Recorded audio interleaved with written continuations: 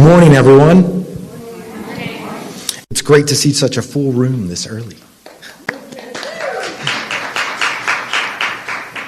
Welcome to the Library of Congress, the Members Room, and welcome to the first ever Congressional Dads Caucus National Summit on the Caregiving Crisis. I'm Carlos Bass Jr., Chief of Staff to Congressman Jimmy Gomez, and I'll be guiding us through today's program. Caregiving touches nearly every family in America, but the systems meant to support families haven't kept up. And that's why we're here today.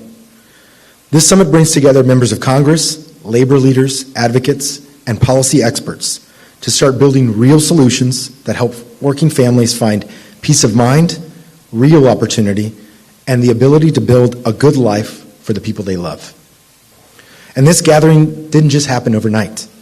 It's the result of the leadership of someone who has made a family's economic prosperity a core focus of his work in Congress.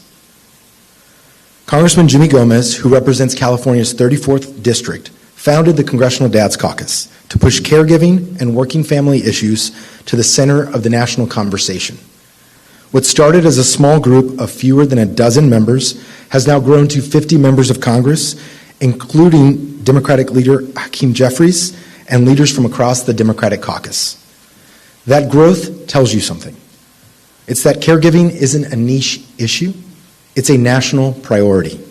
And today is part of Congressman Gomez's effort to bring leaders together and begin shaping a modern agenda for America's families. One quick thing before we get started. If you hear something today that moves you or sparks an idea, share it. These conversations only matter if they reach beyond this room. Please join me in welcoming the founder of the Congressional Dads Caucus, the congressman representing California's 34th Congressional District, and most importantly, Hodge's dad. Please help me welcome Congressman Jimmy Gomez.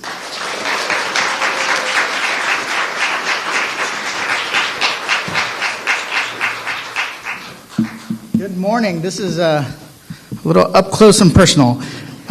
First, thank you so much for being here. Good morning. This is an exciting day. I'm glad you made it in, especially despite the weather. I want to start by thanking everyone who's joining us here today, including members of Congress, advocates, labor leaders, policy experts, and of course, the caregivers.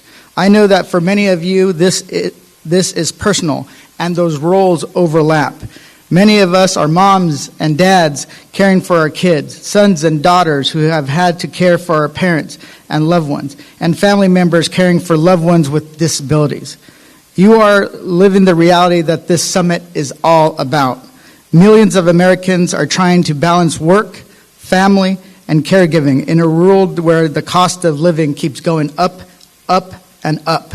This summit is about clearly saying that caregiving is not a side issue. It's a central economic issue for American families, and it deserves to be treated that way in Congress.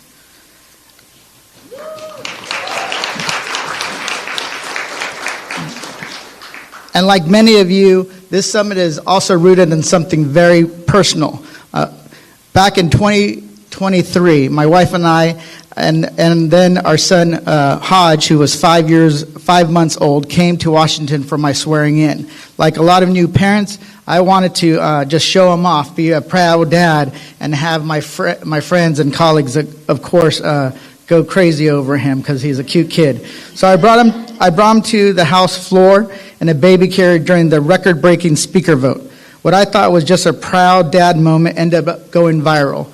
That moment resonated with a lot of people, not just because my son was cute, but because it showed that what family life actually looks like for working parents. Sometimes child care falls through. Sometimes you don't have a backup. And sometimes a speaker vote goes 15 rounds. And you do what millions of families do every single day. You figure it out. You make it work. And that moment sparked a conversation of what it means to be a parent in today's America. I founded the Dads Caucus shortly after that. One, to push back on the outdated notion that mothers are the default and that they should carry the load entirely.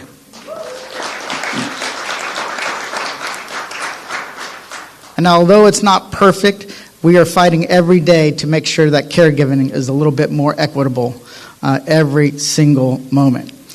And also to make sure that caregiving and family affordability were front and center in policy conversations happening in Congress. We started the Dads Caucus with just 6 members, and today we've grown to 50 strong. Dads and moms. I knew if we were going to have an honest conversation about caregiving in America, we had to recognize that mothers have been leading the fight for a long time. So together, the Dads Caucus represents every part of the Democratic caucus, including mothers. Progressives, moderates, members of the House and Senate, and even Democratic leader Hakeem Jeffries joined shortly after the 2024 election. And what brings us together is simple. We're parents and caregivers, and we know that the challenges of raising families is very real. My family knows this firsthand. My wife and I took care of her mother after she had a stroke and had to come and live with us.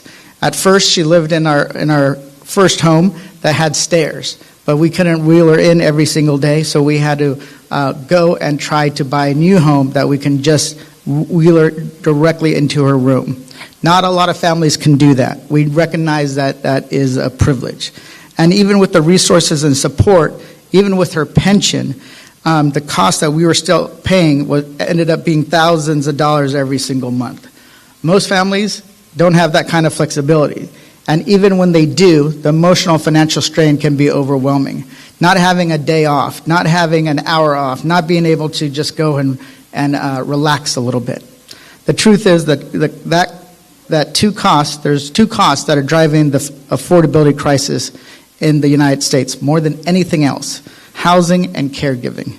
Last fall, we hosted the first ever national summit to alleviate the housing affordability crisis as a national priority.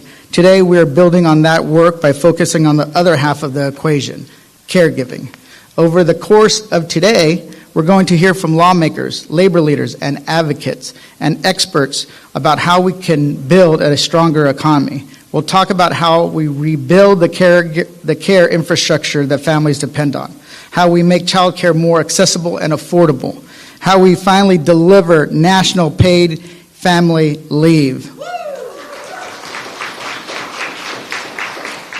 how we support and strengthen the caregiving workforce, and how we expand home and community-based care for parents and older Americans. But the summit is about more than just talking about problems. It's about building momentum and bringing together the people who are working on solutions. And it's about making it clear that when we talk about the future of the American economy, caregiving must be part of that conversation. Because supporting caregivers isn't just the right thing to do. It's one of the smartest economic investments we can actually make. When families have access to affordable care, parents can work if they choose to. When caregivers are supported, our economy is stronger. When people can take care of their loved ones without going broke, our communities are stronger. Our businesses are stronger. That is what the future looks like. That's what we're working towards every single day. And this is just another step in that journey. So thank you all for being here. And with that, let's get to work. And our first panel today is about starting from the ground up. We're calling it Building the Backbone, Reconstructing the Caregiving Economy. So I'd love to call up Sandra Goldstein. Come on up. Fatima Gross-Graves.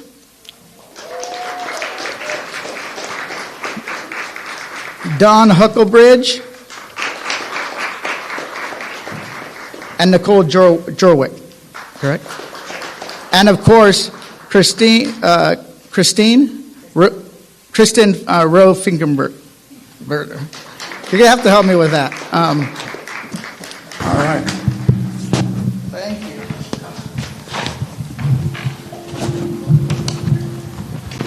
All right. So what we're gonna do is they have a whole list of bios for me to read from you guys, but I'm gonna let you all just go down the line and introduce yourselves, and then I'll have a different set of questions for each panelist, and then we'll open it up. It's not you first. Go first? Yeah. Good morning, you all. I want to thank Representative Gomez for bringing us together, for leading the Dads Caucus, for leading in Congress, and for making our nation better every single day. Can we give him a round of applause? Thank you. I'm Kristen Rao-Finkbeiner. I'm the Executive Director of Moms Rising. I'm also one of the more than 1.2 million active members of Moms Rising. We have 1 in every 300 people in America are now an active part of Moms Rising, and we are growing every day. And we're reaching millions more. Moms are reaching, speaking of reaching out to their members of Congress, sharing their stories, standing up, speaking out, online and on the ground. And we are saying that we can build a better America together. So, before I pass the mic to Nicole, I want to just bring into the room the movement. Everyone who is a mom, raise your hand. Now, everybody who's ever had a mom, raise your hand. Now, this is important. Everyone who's a dad, raise your hand. Now everyone, I'm not a dad, I raised my hand automatically. Now everyone who is a dad, who's ever had a dad, please raise your hand. All right, this is our movement. That's momentum, that's dadmentum, and that's us moving forward, building a movement together. Thank you so much, Kristen. Hi, everyone. My name is Nicole Jorwick. I'm the Chief Strategy Officer for Caring Across Generations. Again, I echo the thanks to Representative Gomez and his whole team for making today possible, but most importantly for building the continued pressure in the halls of Congress to address the caregiving needs of our families. Caring Across Generations focuses on the broad breadth of care from child care, paid leave, and aging and disability care with a focus on that aging and disability, access to Medicaid, home and community-based services, and also home care through the Medicare program, which is something we desperately need. We at Caring Across Generations are focused on changing policies, organizing for care, which we do with all of our strong partners here through the Care Can't Wait Coalition, which also has that holistic view of care. And we also focus on changing the narratives around care and caregiving. So many people, because we don't have the systems of support in this country that everyone needs and deserves, feels when they can't fill the needs of their aging parent or kid with a disability or child, feel like it's a personal failure when it certainly is not. It is a systemic failure that we need systemic solutions for, and I'm glad to be here so that we can all build that together. Hey everybody, good morning. My name is Dawn Hucklebridge. I'm the founding director of Paid Leave for All, and we are the national campaign of the organizations who have been leading the fight for paid family and medical leave for every working person in this country. If you are in any way a part of Paid Leave for All, would you raise your hand? Thank you. Because yes, this is not about me. I was hired to launch this organization by many of these organizations who have been doing this work for so long, and we represent a huge constituency of patients, survivors, advocates, caregivers, parents, you name it. And I'm really happy to be here and to have this conversation thanks to the leadership of the Dads Caucus. Thanks, Dawn, and thank you, Rep. Gomez. My name is Fatima Goss-Graves. I'm President and CEO at the National Women's Law Center, where we fight for gender justice. We do it in the courts, we do it by passing public policy at the federal and state level, and we do it by engaging in conversations around our culture. We work across the lives of women and girls, and so we know that care is essential to your ability to have strong families, but strong communities and a strong economy. And I'm so thrilled to be here with all of you. Thanks, Fatima. Good morning, everyone. My name is Sandra. Oh, good morning. I forgot how lively this crowd is. My name is Sandra Goldshine. I am the Executive Director of the Campaign for a Family-Friendly Economy. I want to join with all of my fellow panelists in thanking Representative Gomez and his team for bringing us all together.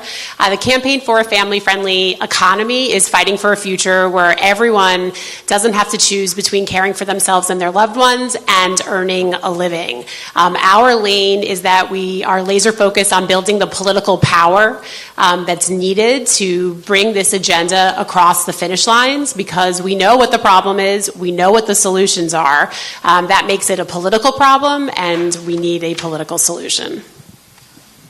Thank you. I'm going to kind of go off script. It's something my staff hates when I do. But one of the reasons, the main reason we also did this summit is because I recognize that these issues have been talked about for a long time. And what we need to do is figure out how to move the Democratic caucus and the entire Congress to a point where it's one of the top issues, 1, 2, or 3, and then doesn't end up on the cutting room floor when the negotiations happen in the room where it happens. And that's what this is also about. So throwing out just a broad question, why do you all think that care issues have always taken a back seat in the broader discussions of policy and economics here in D.C.? Is that an easy question? Or? You know, at one point I heard someone say it's always number 4 on the top 3 issues. And so I actually think the reason that care sometimes has taken a back seat is that it is invisible, right? The $1 trillion of unpaid caregiving isn't valued in our economic modeling. And the work that mostly women do is considered less valuable work. And so the work you have been doing, Rep. Gomez, by actually highlighting the work of dads as caregivers and demonstrating that this is not just a women's issue that should be ignored. I have lots to say about that, of course, but also that it is core to our economic stability and freedom. And when we think of care, not just as an individual problem that someone is either good or bad at solving, and instead as something that is fundamentally core infrastructure, then you would think of it as a public good worthy of investment, the same way we invest in schools or roads or any other thing that helps our economy, families, and communities run. Yeah, I think that I obviously agree with everything that Fatima laid out, and I think that part of it is because it is expensive to solve, and so we really do need to lean into those economic arguments. A universal, flexible, and affordable child care system and aging and disability care system and national paid leave program all have dollar signs attached, but also not solving those problems do too. And so we have to lean into that messaging and make sure that it's clear that in a society where 10,000 people are turning 65 every day, 10,000 babies are being born, the cost of not having the support system is major to every individual family, but also to the economy as a whole. And the more that we can do that, and sometimes the billions and trillions of dollars is easy to ignore, but when you talk about the cost to individual families of child care or aging and disability care that can cost well over 6 figures for families, then that's, I think, when we can start to change minds and win in the halls of Congress as well. And I want to plus 2,000 what everybody has said here, because the invisible work of care is not just invisible. There's a penalty for being a mom, for being a caregiver in America. It's extreme, and the penalty has been going up. Being a mom is a greater predictor of wage and hiring discrimination than gender. And moms of color, because of structural racism, experience compounded wage hits to the extent that Latina moms are earning just 47 cents to a white dad's dollar. That's not okay. And because of this, our country has made it so that we make our failures to be able to make ends meet, our failures to be able to do everything at the same time, an epidemic of personal failures. People have to hide that they're a primary caregiver. People have to hide often that they're fighting for rights for caregivers. But we know that when this many people are having the same types of problems in different ways, but at the same time, we don't have an epidemic of personal failures. We have national structural issues that we can and must solve together. And we know that when we bring in all genders, and this is really important, we all win.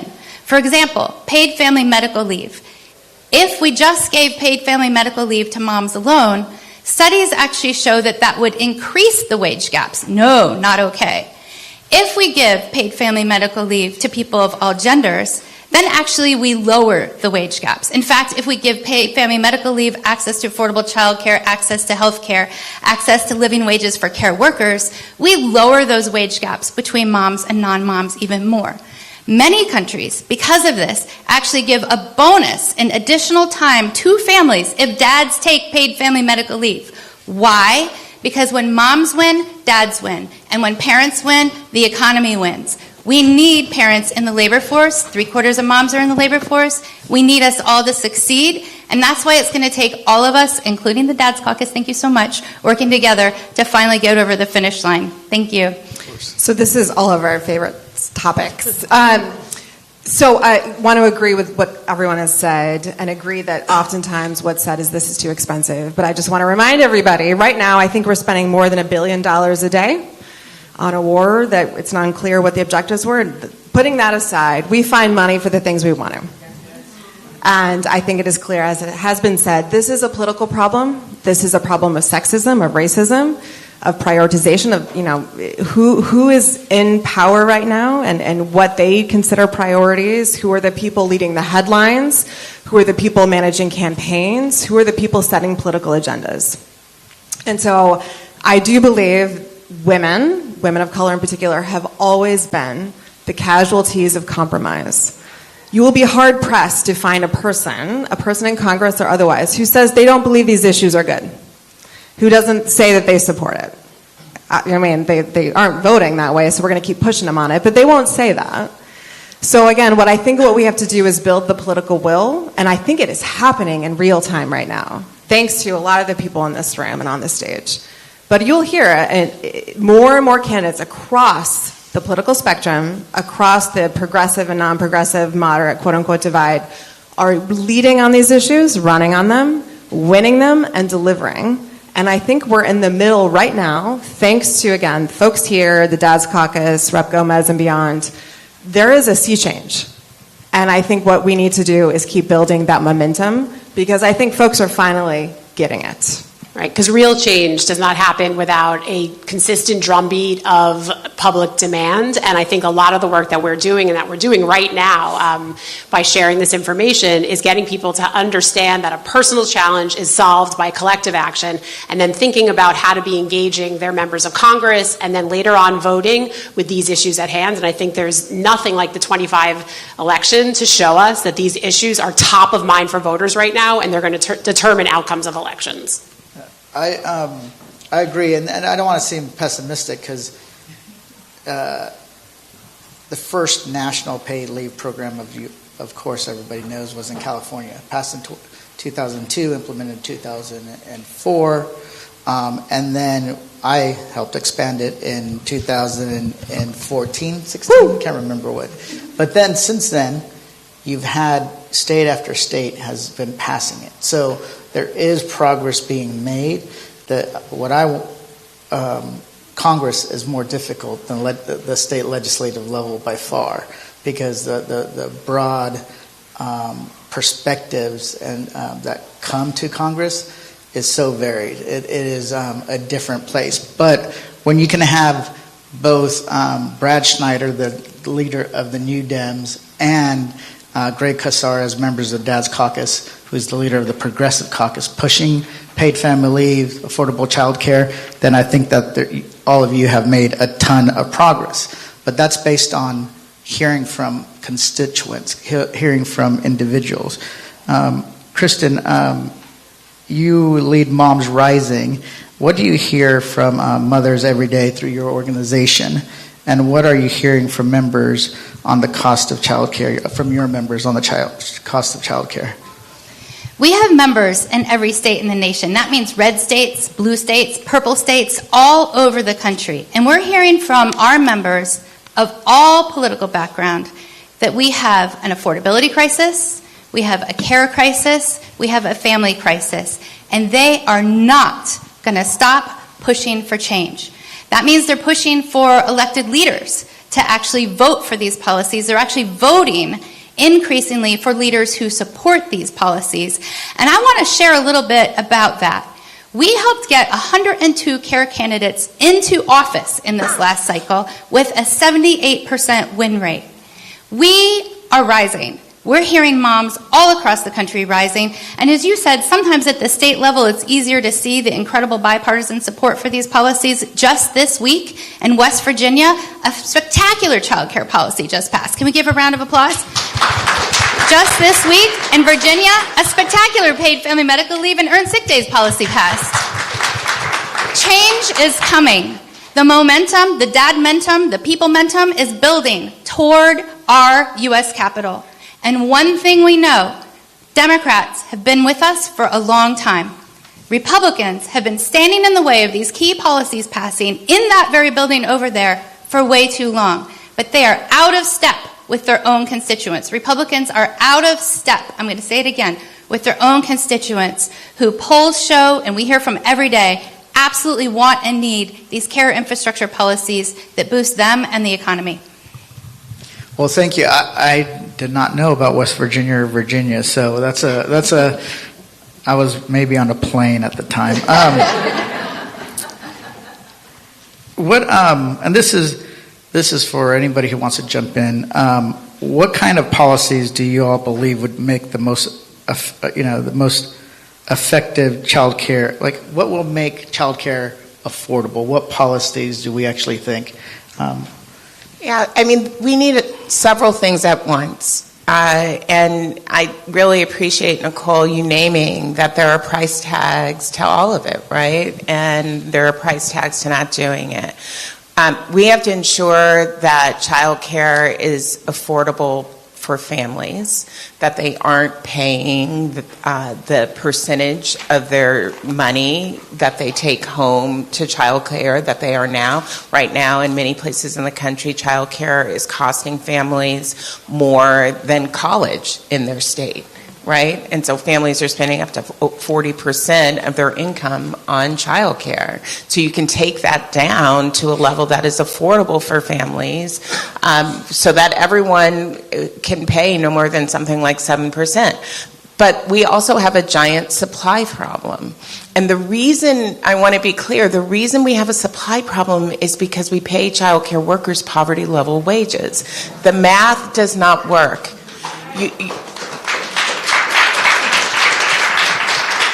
And so you have to ensure that child care workers are being paid a dignity wage, or else they're not going to do that job. If you can make more in a sales job at a retailer, if you could make more doing almost anything else, the people who love the work of caregiving, who care for the people who are maybe the most important people, that cute little baby's probably the most important to you, they have to be paid a dignity wage. And so the policy work would ensure that families pay less, that workers can actually make more, and also that they are supported as workers. And so the good news is there are clear policies that have been introduced in Congress that do just that actually would take us to a place where every family who needed child care could have affordable child care, and workers wouldn't have to do it for poverty wages. But that would require an investment that is significant to invest in child care like it is the infrastructure it is, like it is the public good it is. This is a problem that requires a third-party investor, and that investor is the government. One other thing that we talk about child care a lot, and before we had my son Hodge, my wife was she was the one taking care of her mom. What about elder care? What policies are we seeing? We know the stresses. The cost, in-home nurse costs thousands of dollars, and most people don't have that kind of money. So we'd love to. We obviously think about it as a whole, so it's very important that things like childcare get a lot of attention, and it's also very important that aging and disability care does as well, because the reality is that the economics of it are major, and the span of generations that are impacted is big. I'm a grandchild to 3 grandparents in their 90s. It impacts my my bank account when I have to be the one to step in. You're going to live a long time. Yes, hopefully, fingers crossed. And so it is a benefit that people are living longer, but we don't do a good job of taking care of them. And really the people that are filling in the gaps are those family caregivers who are oftentimes leaving their own employment, risking their own financial security and retirement security to step in and provide that care. There are strong pieces of legislation, including the HCBS Access Act, which would make home and community-based care mandatory, but that's funded through Medicaid, which does have very strict financial eligibility requirements. So it's also incredibly important that proposals like what we saw when Vice President Harris was running for president, like Medicare at Home, is a really important thing. We have polling at Caring Across Generations that shows that everyone probably has heard me say this talking point, but 93% of Americans believe that long-term care should be covered by Medicare, and 67% of them are very sure in their belief that it already does. I'm sad to be the one to tell you it does not. And so when it comes to Medicare, which is a program to ensure the dignity of age as people age, does not cover long-term care, because in 1965 when it was created, that wasn't something that people were thinking about. I think that it's incredibly important that we do this because we also see major attacks on the only game in town that does fund home care, which is Medicaid. There's all this BS talk about waste, fraud, and abuse, and also language coming from the Vice President, Administrator Oz, saying that things like personal care, making sure that aging family member has supports that they need, are quote unquote things that families should do. But we already are, to the tune of $1 trillion per Fatima and per the National Partnership on Women and Families data, and so we have to make sure that we have those systems. And one of the things, so we have the long-term care, which is just day-to-day, month-to-month. But then we also have the moments where it's an illness or the end of a parent's life or an illness of another family member.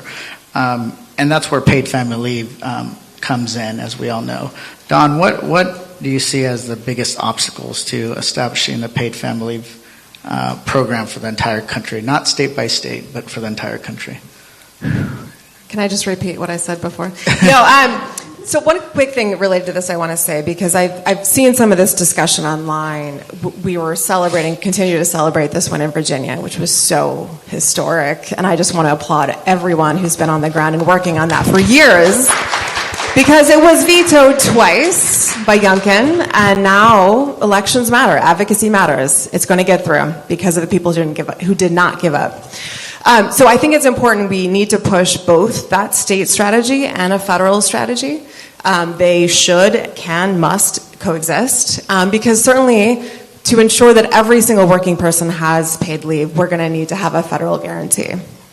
There is a plan for how those programs would interact. There are a lot of smart people who've been thinking about this. But I think that, just a reminder, these policies nearly passed. We were basically a vote or two away in 2021. So I do like to remind people when they feel cynical, things change very quickly. It's oftentimes an election away. And what you have to do as advocates, as a movement, is be ready. You have to be ready for the first opportunity, or the second, if you have to, or the third. It takes years. It really does take years, too many years. But we're doing everything we can to shorten that. But I do think it is a matter of political will. It is making sure it remains, as you have said, a top 3, ideally, priority, that it's something that stays in the headlines, that more and more people understand that these issues are not just tremendously impactful, that they are an asset to your campaign. They are an asset to you as a leader. And that these are some of the most widely supported issues in the country. And what's interesting is, uniquely, they are not just popular with, sort of progressive-based voters. They are popular across party lines, across walks of life. I mean, we have all polled in every single demographic you can slice in this country, and there's always a supermajority behind it. And recently in polling, we've asked, it's not just that they believe in it as an idea. Folks, including, we did a national survey of men voters, want the government to play a bigger role in allowing them to care for their families. So even though things feel very bleak right now, in a lot of ways, I want us to remain hopeful because, again, things change so fast. And because of things like this, keeping the momentum up, I really do believe we can win again soon. That is a perfect segue to Sandra. You've been building a broad coalition of grassroots communities on this issue of affordability. Can you give us some of the most effective strategies? You can run a course on that, but yeah. I mean, I think when you look back at like really big movements of the past where you've had lasting, substantial, transformative change on policy, I think leaders in Congress, right, would be the first to admit that it comes from real public demand, right? Unignorable, if that's a word, public demand. And that is part of what the work that CFFE does. We are out in the field talking with voters, with constituents about this agenda. Over the last 10 years, we have visited the homes of over 13.3 million people. And what our canvassers ask is, how does caregiving impact your life? How does it impact your family's budget? And like Dawn said, we hear from everyone, right? It crosses all demographic categories, across race, across age, across gender, across political affiliation, that folks and families are struggling. But as we heard before, people think that this is a problem that they have to solve on their own and that it falls on their shoulders. And so part of what we're doing in order to build that constant drumbeat of visible public demand, which then pushes the policy agenda forward here and in state legislatures across the country, is our canvassers try to connect those personal struggles that you have with the collective solutions that I just heard my colleagues outline. And it is a really powerful conversation. And so you can then learn, when we're doing this in an electoral context, about which candidate supports the policies that will lower your cost of caregiving and put money back into your pocket. And when we layer that with mail that it was educating folks, and ads on television and digital, and community events, and organizing small businesses, you get this really visible public demand that helps candidates, as Dawn said, start to organize their campaign around, because they realize that it's not just good policy, it's good politics. And then if you do that over and over again, cycle after cycle like we have, you get to the point where this policy has to become inevitable, because people cannot come home, elected officials cannot come home without delivering on it. And I think that is going to be the really big difference between what we saw happen through Build Back Better and what's going to happen after this next election. You can't promise to lower costs for working families. You can't promise to address the caregiving crisis and then come to Washington and do the exact opposite. So the other piece of the puzzle I would just add before ending is that it's then about accountability. We saw Republicans running on these issues last cycle. You heard childcare coming out of everyone's mouths, right? You heard paid leave. You heard addressing the care that needed to be provided for our elderly and our disabled family members. And Republicans said one thing on the trail and another thing in Congress. So we are back in the field, in these places, educating people about the difference between what members of Congress say and what they actually deliver. And so people are not just paying attention on election day, but they're paying attention every day. And that's how you create that drumbeat of support. That's how you create that movement that then creates the opening, like Dawn said, to be able to push this through. So we will see a different outcome next time, because I think people are thinking about this issue in a different way, and they are looking for concrete solutions. Something else that we're doing, all of us together, Caring Across Generations and Care Can't Wait, is launching a Million Care Conversations campaign so that we can also keep this issue top of mind. We'll have lots of opportunities for elected officials to be participating in a C3 nonpartisan way with a real focus on the economic impact. So focusing on working and middle class families, which really is the vast majority of people who can't afford these services on their own. So there'll be lots of opportunities to collect those stories and also to collectively come up with solutions that maybe some of us on the panel haven't even thought of yet. So we're excited about that, and watch out for more about the Million Care conversation. Thank you. Now we're going to open it up to question and answer. I'll give the hard questions to the panel, of course. Anyone? Way in the back.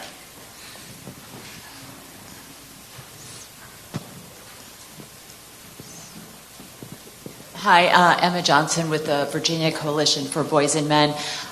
What is the answer with the pushback that especially small businesses just can't afford paid leave? Love that question, because the truth is that this is a common misconception that I think is often pushed for a political agenda. A federal program would only be a boost to small businesses in particular. It would help them compete with bigger employers because it's not an unfunded mandate. A federal program would be administered by the federal government. There's different pay-fors, but either way, it's not putting the entire strain on an employer. So that's something we're trying to correct and get the word out about every day. We have a wonderful small business coalition, Main Street Alliance, and many other coalitions we work with, because people are going to need to take leave, right? It's going to happen. Every one of us is going to need to give or receive care at some point. So a program like this, tested in the States, tested around the world, is just simply going to be a support to businesses. And we also know, we're not making this up. There's so much evidence. There are so much numbers in terms of the return on the investment on paid leave, in terms of performance, productivity, profitability. We often say in states that have passed this, not only did the sky not fall down, we probably would have heard by now, but things are going quite well. And businesses report back high rates of support, high favorability. It's boosted the economy. It's boosted public health. And actually, our partners at Main Street Alliance are here in D.C. today doing a fly-in, talking to members of Congress exactly about this and how important investments in the care economy are to them being able to compete and thriving and staying solvent. So it's a really good question. It's commonly brought up, and it's commonly misunderstood.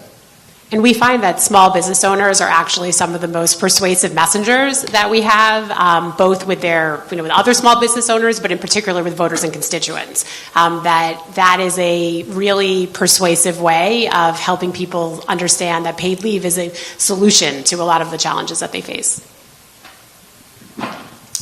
Anyone else? Comment, thought, question? A comment that you phrase as a question? I know how this game is played, so it's okay. Joe, right up here. Okay. Oh, sorry. Oh, good. Now it's on. Hi, I'm Megan Pryor. I'm a pediatrician, and I am also very interested in all of these topics and discuss them frequently on the internet. And in Virginia, yes? Yes, and Virginia, woo, very excited about paid leave. But I have noted that, 95% of my followers who engage with me are women. And so I am incredibly, incredibly grateful for your work founding the Dad's Caucus. I think this is sort of a huge missing piece. My question for you all is, I'm pretty good at engaging moms and women, as are all of your incredible organizations. And so when I talk to the average dad in my neighborhood, they don't have as much knowledge around these topics. And so I know that, here we're doing a lot of work to engage sort of important men in Congress, but how do we engage the average dad or the average man just out in the community? Because I do feel like that's a missing voice. I think the affordability frame is huge. We heard a lot of conversation here about how expensive this costs, and so I think it's a really big opening at this moment, unfortunately, given how the high costs are really challenging families across the country, to be thinking about what this looks like in kitchen table conversations and how people are really struggling to make ends meet. And then the other piece is, I think caregivers, as we talked about, are not just women, right? Like there are many, as Representative Gomez has said, I think really connecting into all of the different points in a life where you may need care or you may need to provide care really hits men. So I think that opening it up to who is a caregiver, and also just thinking about that bottom line for your family's budget. Yeah, and sometimes pathways in like aging and disability can be a way, because as Kristen pointed out with her original question, if we're lucky, we have moms, dads, grandparents, and even if they might not be the ones themselves who are doing the care, which of course we know that men are doing it, they likely have watched sisters, friends, mothers, spouses be the ones that are feeling that sandwich between the sandwich generation or that feeling. And so sometimes it takes a question or two deeper, but it's very often that these are things that they're seeing. And I agree on the affordability frame being a winning message right now and always. I would just share the affordability frame is incredibly powerful. As you heard today, childcare costs more than college. Family budgets cannot make ends meet. We just saw Republican leaders cut health care in historically awful ways. Family budgets cannot make ends meet. We are at a tipping point in America for parents of all genders. We have people in the workforce working full-time and unable to afford the food or the roof over our children's heads. This is a moment where we are seeing people rise and rise again. And when we're rising, one of the important things about bringing in people and expanding the conversation is talking with our children, talking with our sons, talking with our daughters about what are the expectations of caregivers when we are bringing forward generations who are our future leaders. And so we're also seeing an expansiveness in the conversations and sharing those conversations both with our elders who are facing a care and disability access crisis and with those who are younger than us who are coming up. So we truly are carrying across generations and movement building across generations right now. And our stories that bring light to what's actually happening bring power to change right there in the U.S. Capitol. We've seen that time and time again as well. Anyone? Also, just to add in, it's interesting because I try to do outreach for like dad meetups and stuff like that, and it's actually really hard.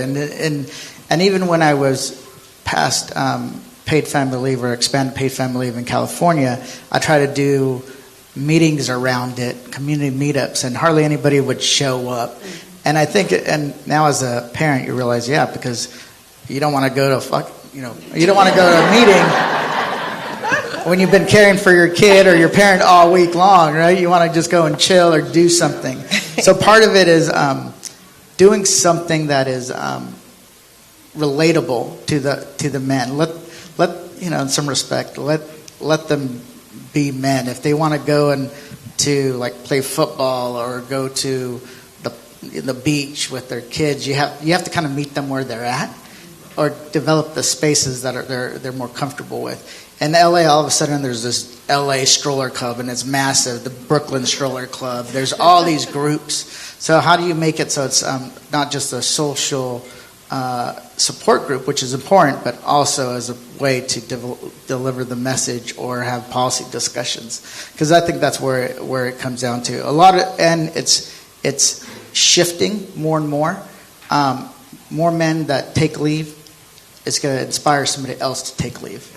Somebody who's a stay-at-home dad is going to another dad's going to see that and they're like, well, that doesn't look too bad to me, right? Because it's sometimes that's what they rather do. I tell the story of my friend from high school, the captain of the football team. He was the man's man. He would like bench 250 pound, run one of the fastest miles ever, and he was just like, everybody was like, wow, he's the captain of the football team. And now he's like, I'm proud to be a stay-at-home dad, and he loves it. So we have to kind of make sure that those individuals are also telling their stories. But it is harder, but it's definitely changing. Maybe there's an organization like Dads Rising that can get established and advocate and share those stories. With that, go ahead, Joe. Hi, everyone. My name is Richard Morris. I'm also an in-home child care provider. I'm one of the males in New York State, Rochester, that got into the field that's dominated by mostly women. And when I got into the field, I thought that I had no need. And when I got into it, I seen that I was very important to the kids that I have been in my life and have made a great impact on them.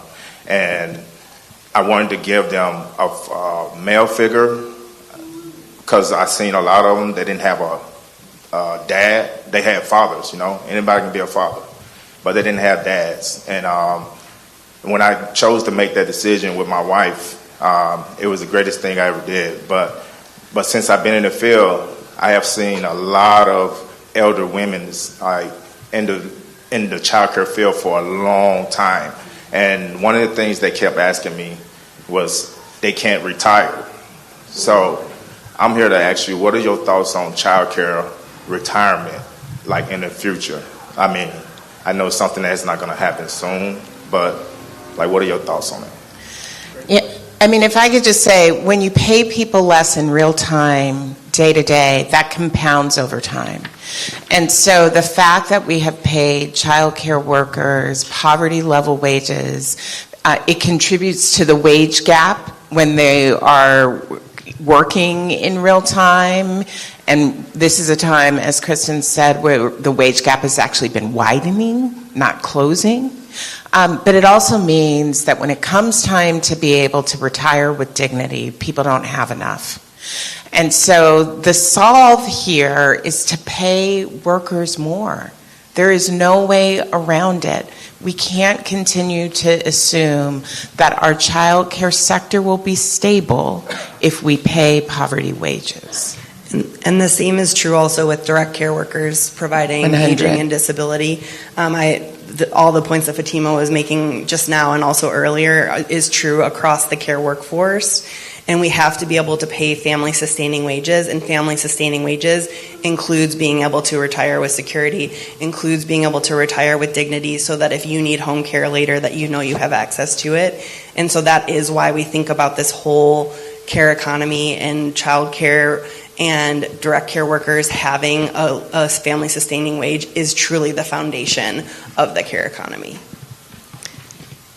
I was going to add a quick PS that was a little related to the last question, just because I don't want to end on a sad note, and maybe we'll have last comments. But quickly to the point about gender, there's a million things to say, but something that I think is really heartening is, I don't know if Molly Weston-Williamson is here. Yeah, hi Molly. So on behalf of Paid Leave for All, she did the first ever gendered analysis of the bonding claims out of states with paid leave programs just a couple of months ago.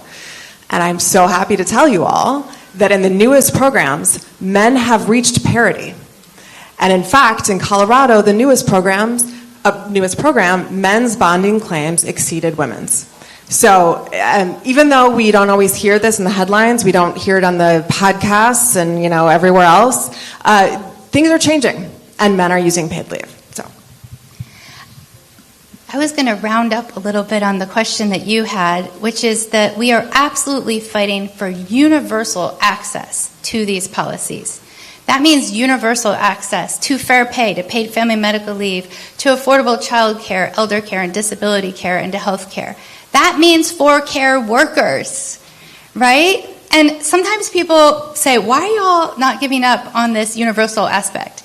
It's because care workers, as you've heard, are some of the lowest paid workers in our country and cannot afford to stay in the profession that they so love and we so need them as a country to be in. So that means to get to retirement, all along the way, they too, for their own children to be in child care and to stay in their profession, need access to affordable child care. And so I want to thank you for your question, for your work, and to just share that it all comes together as not just one care policy gets us over the finish line, but we need all of them together so we can live, age, and raise our kids with dignity and contribute to our communities. Well, I couldn't say that better myself. So with that, let's give the panelists a round of applause for opening up our summit.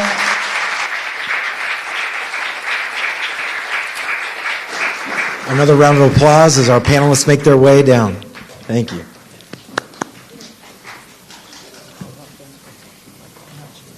You can have stairs there?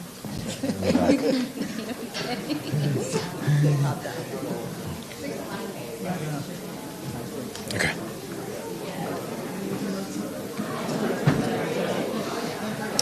Carson. And then I will.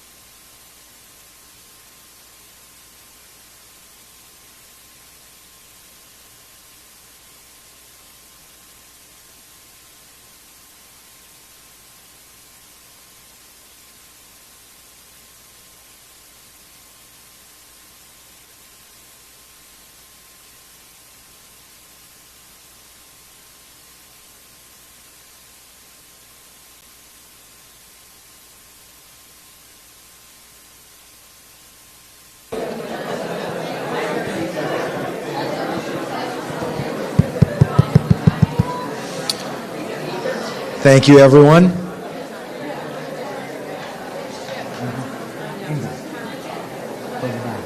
Close the door.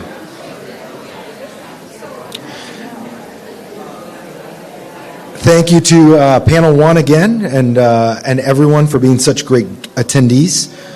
Our second panel is Where the Bridge Begins, Childcare for Every Family.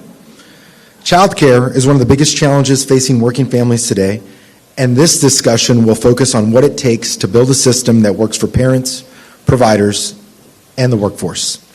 Moderating is Congressman Derek Tran, representing California's 45th District and a member of the Congressional Dads Caucus. Joining him are Annalie Allegra with Childcare for Every Family Network, Melissa Botea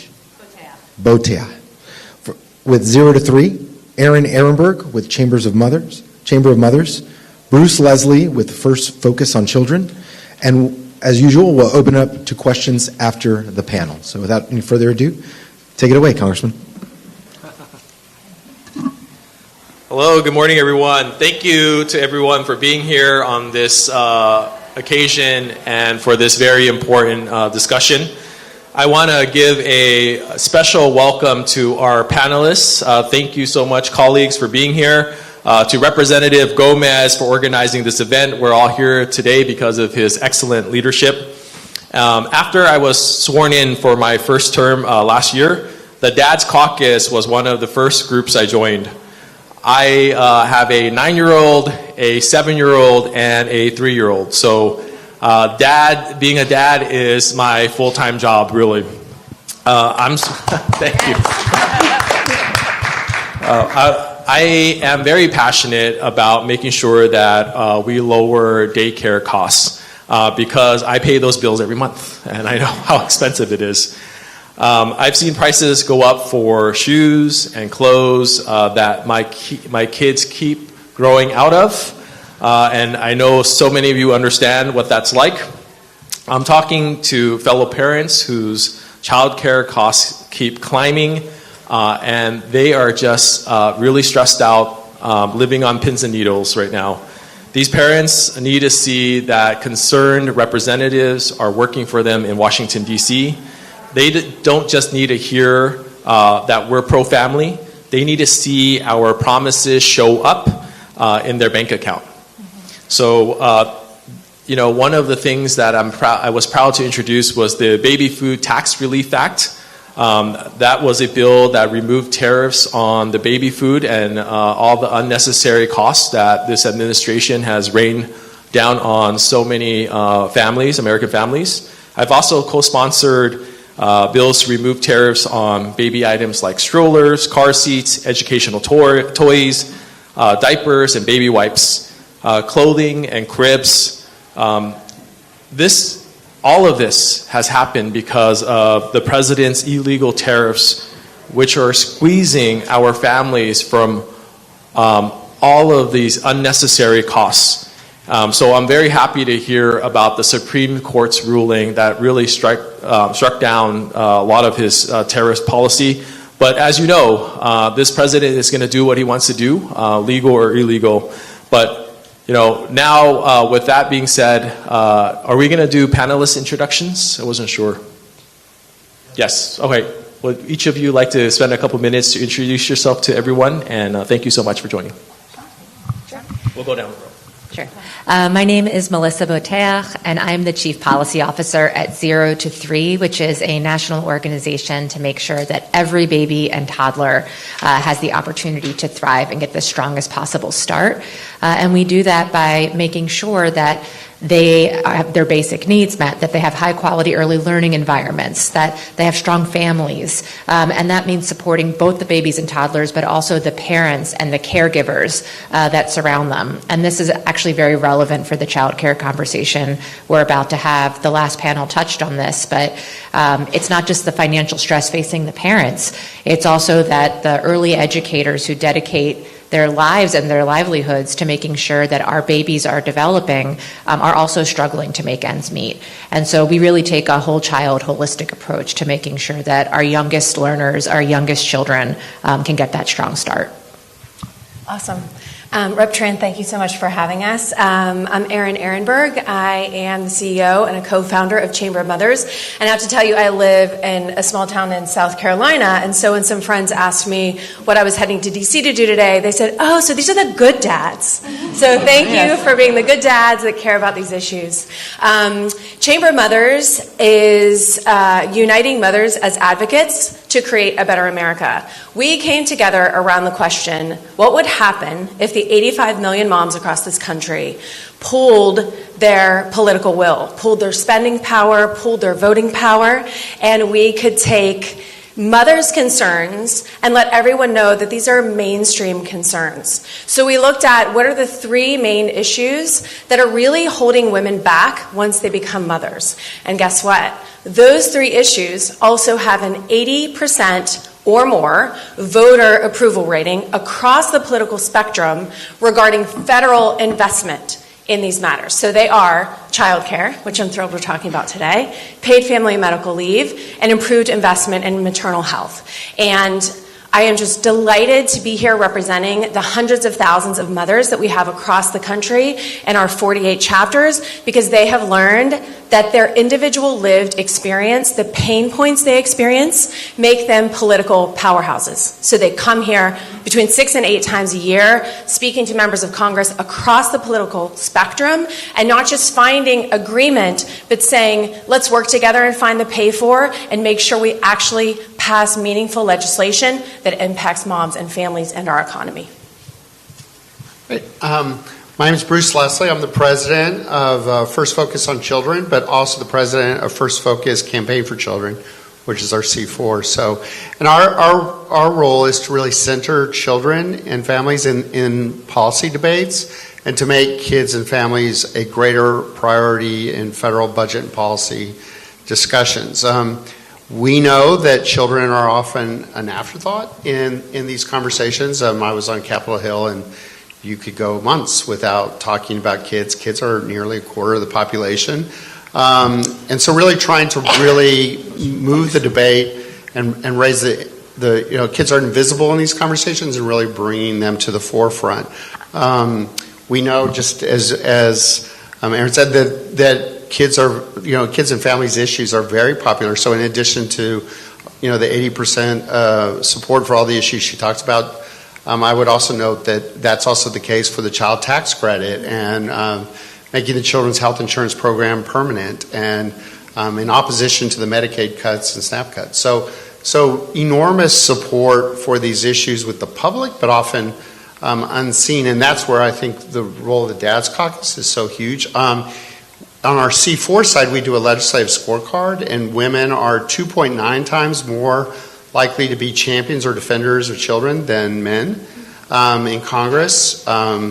Embarrassing for me. But the Dad's Caucus is really changing that. And so the members in the Dad's Caucus it's really bringing to the forefront those issues with men. And so I really appreciate all the work that you all do here in the caucus. Thank you. Hey everybody, my name is Annalie Alegria. I'm the Director of Federal Advocacy for the Child Care for Every Family Network. We're really the coalitional home of the child care movement. So we encompass national organizations, labor organizations, and critically state organizations all fighting for universal child care. And I'm really proud to bring the state perspective to the panel and to DC in all my work.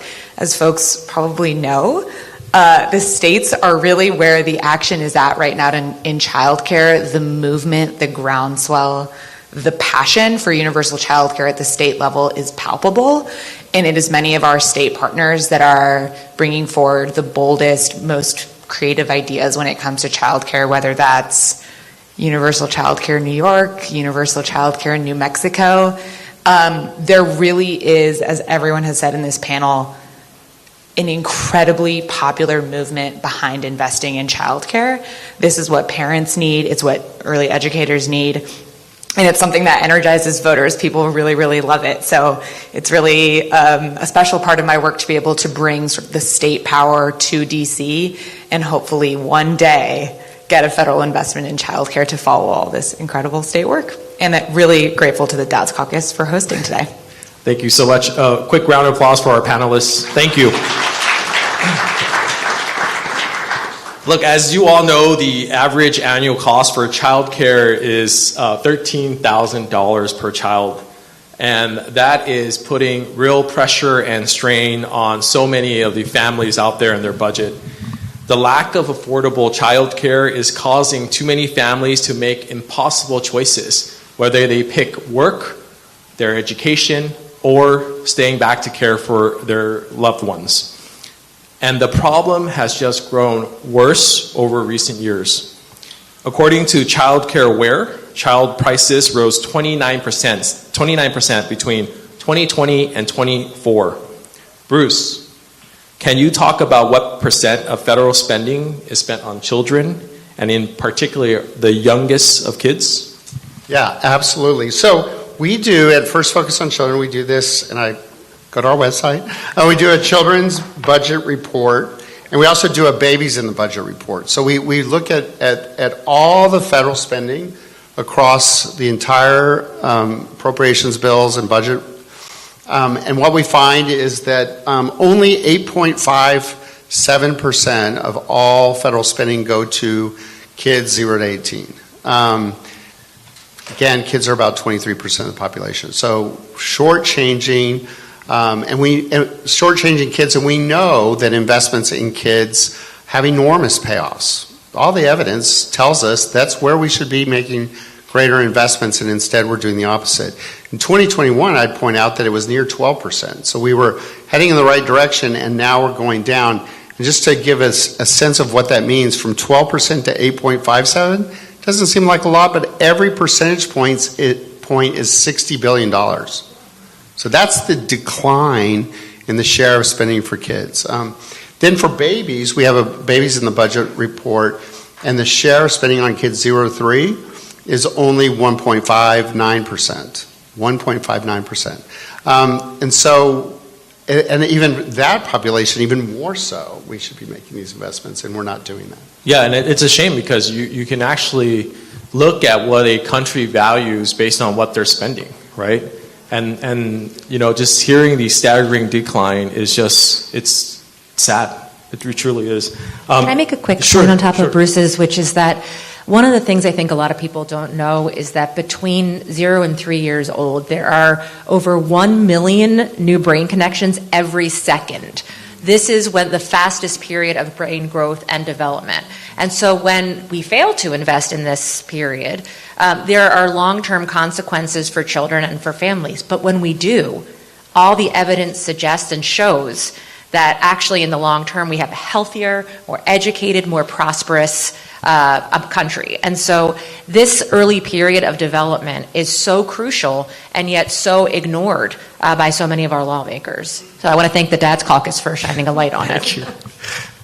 We keep getting accolades. I appreciate it. All right, Bruce, how has or how will the One Big Beautiful Bill impact a family's budget as a whole?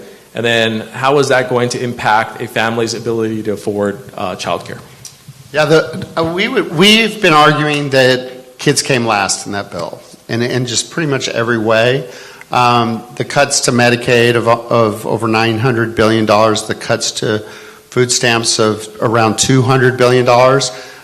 It's important to note that spending in Medicaid and SNAP represent almost half of all spending on kids 0 to 3.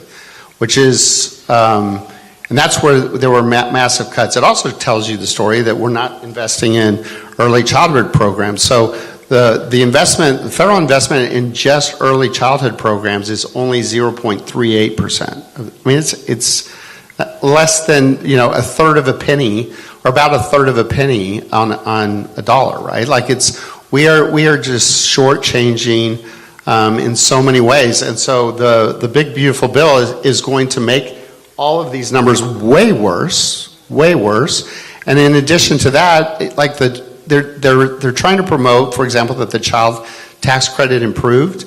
It did not. The number going to $2,200, it didn't even cover half of inflation since 2017. The number of kids left behind who either get only partial or no credit actually increased to 19 million.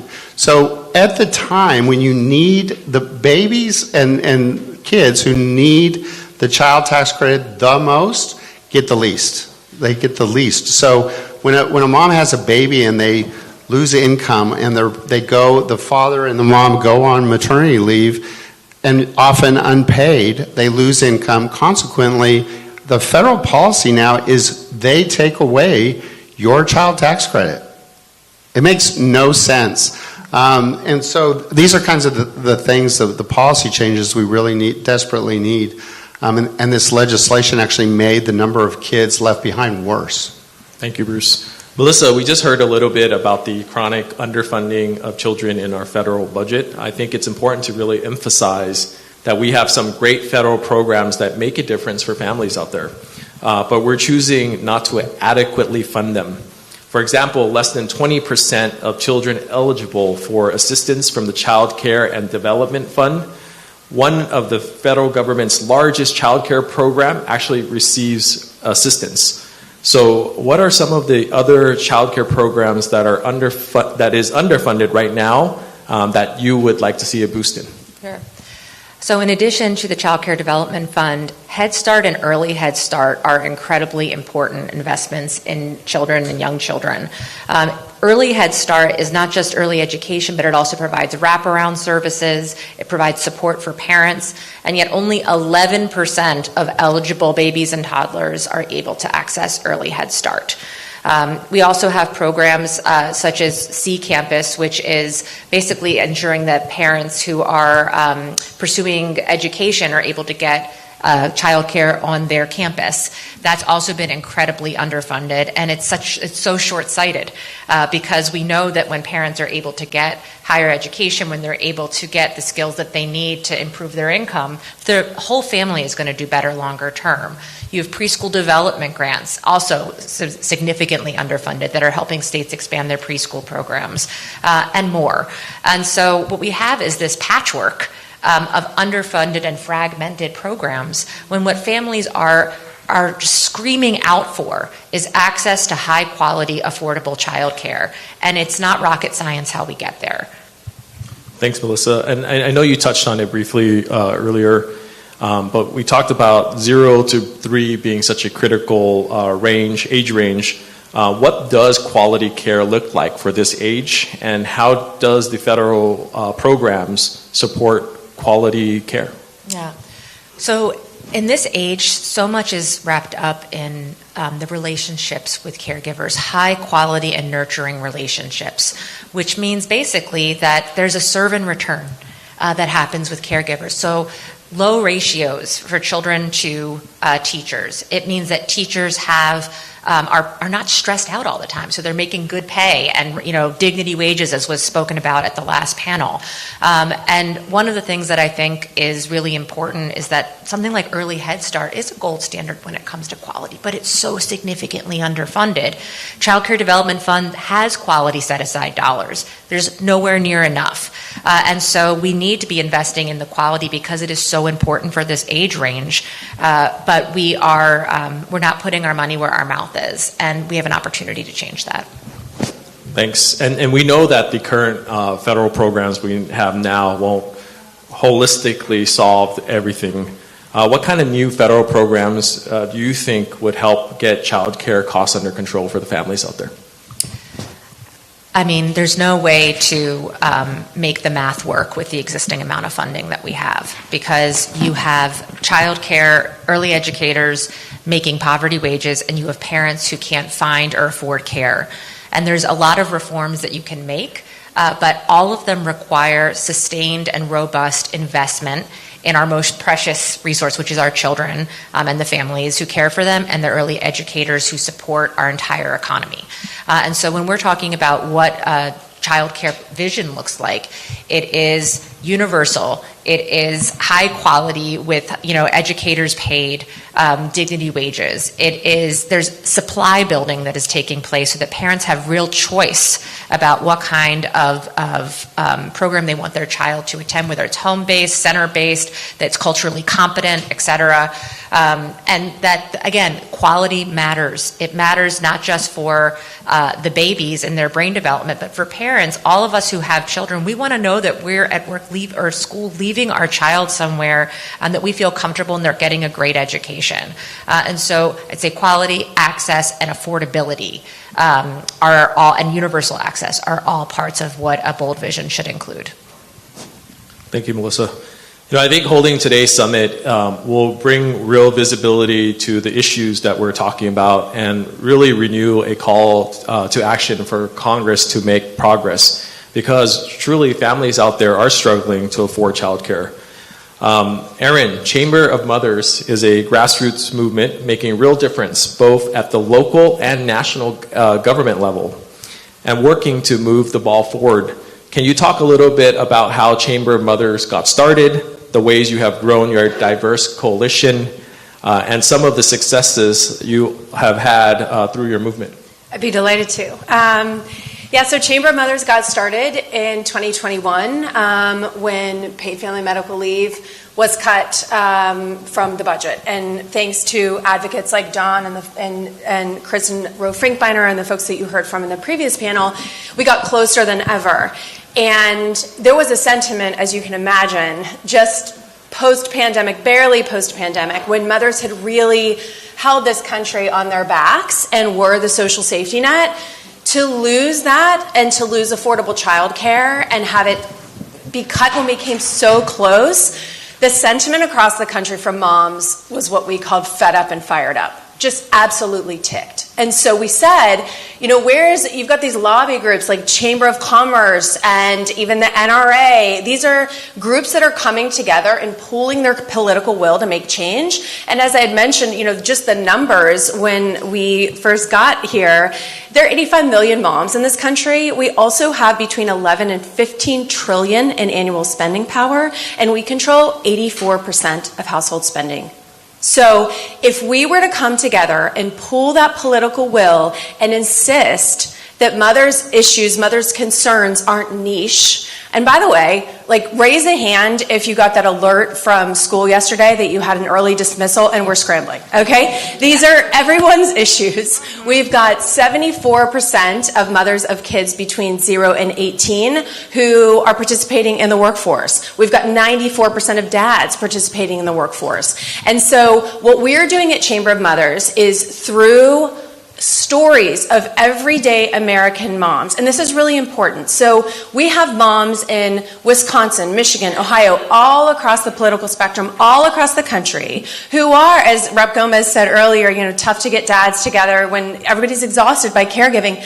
Absolutely. And these moms are phenomenal. Moms are out there working. They're caring for their children. In many cases, they're caring for their aging parents.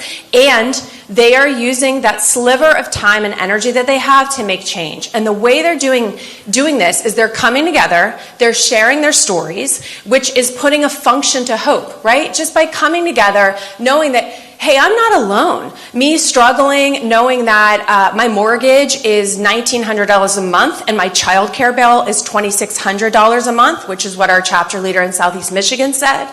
The fact that that's a problem for me, it's not that I'm failing, because I'm hearing from other mothers in my community and across this country that this is a systemic failure. So when moms really realize that, they get activated and they stay in the fight. And so they're coming together. We have, our moms in our Arizona chapter got 2 pieces of legislation passed at the state level in Arizona this year.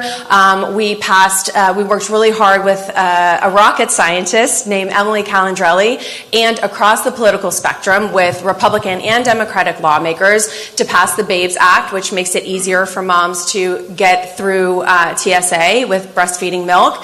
And we've in New Mexico, where universal child care was passed, our moms were a critical part of that, sending letters of support and really getting to legislators who might stand in their way and being insistent. So It's really about mothers sharing their stories, coming together, and knowing that their experience of motherhood, their lived experience, can create change. And we're seeing that happen on the state and the federal level. Thank you so much, Erin. And we're in this beautiful room in the Library of Congress, and you're in the national stage of things. Yeah. What can you share with me? And I see my good friend Andy Kim in the back from our Senate. What would you like us to know that we don't are not necessarily focusing on right now that you're hearing from your members and your mothers out there? Two things. So I just want to say loud and clear that we have built an economy that relies on the participation of parents. We have not built the child care infrastructure for that economy. So who is paying the price? It's parents. The cost of that gap is costing parents financially, it's hitting affordability, it's costing them mentally, emotionally, and it's costing them physically, as our outgoing Surgeon General pointed out. So if we really say that we care about moms and families, fine, but if we care about this economy, we have to make federal investments in childcare. And one last thing. I met a wonderful woman from FEMA, and she was working on the fires in LA, and she said, it occurs to me that businesses invest in continuity against disasters. They invest in risk, right? They do not invest, our federal government does not help businesses invest in the risk of a care event, of a life event. And guess what? Every single employee will have one of those. Every employee, whether it's having a child or having an aging parent or being sick themselves, we are not looking at the reality of our economy. We're not looking at the reality of what it takes to run a business and what it takes to participate in the economy. And parents are suffering, and parents will hold lawmakers accountable. We'll make sure of it. Thank you. Please do. There we go. All right. All of this isn't just about affordability issues, right? Families across the country are struggling to find child care facility, just hard to find quality child care providers, and in many states, the supply of child care has dwindled. In 2024, more states had a decrease in programs, and that's just frightening. We know that talented early educators are underpaid and overworked, which has led to a staffing shortage that only adds to this problem. This has been an issue for many years, and facilities were pushed to the brink during the pandemic. Congress stepped up and created child care stabilization grants, which provided $24 billion to 220,000 providers. This funding kept provider doors open and families working. And Annalie, what has been the impact on families since the child care stabilization grant lapsed in 2023? Should bringing back child care stabilization grants solve part of the child care crisis? And what else is needed to increase access? Yeah, I think what the child care stabilization grants showed, first and foremost, is that money works. If you give the child care sector money, it will stabilize, it will get better for parents and for providers. The problem, of course, was that that money did not continue. Of course, now we're in a very, very different situation under the Trump administration. So as all of these fantastic panelists have mentioned, the price of childcare is going up. It's outpacing inflation. The supply of childcare is dwindling, and what that means for parents is you cannot find childcare. It's so funny, I say that every reporter becomes a childcare reporter when they have a kid, because then they'll call you and say, it's impossible to find, I'm on 17 wait lists. And it's true, there's very little childcare supply. It's incredibly hard to find if you can even afford it. And since the Trump administration has come into office again, it has gotten worse. As Bruce has said, the big, beautiful bill has decimated state budgets. The first thing that states often cut is childcare. So we're seeing childcare fights play out in many states where they're freezing their own wait lists, they're reducing reimbursement rates for providers. So new parents can't even get on the wait list for a subsidy anymore in many states. And then, of course, on top of that, the Trump administration is freezing childcare funds without explanation or based on unfounded allegations of fraud, or they're attacking Head Start relentlessly. And Melissa has brought up how critical that program is, especially for our youngest learners. So what we've now have is a worsening childcare crisis, worsening affordability crisis, and a worsening supply crisis. But what we know, as you said, Congressman, is that money works. If we invest in this sector, it will improve all our lives, parents' lives, our economy. The benefits that we can reap will be massive. What we need is the political will to do it.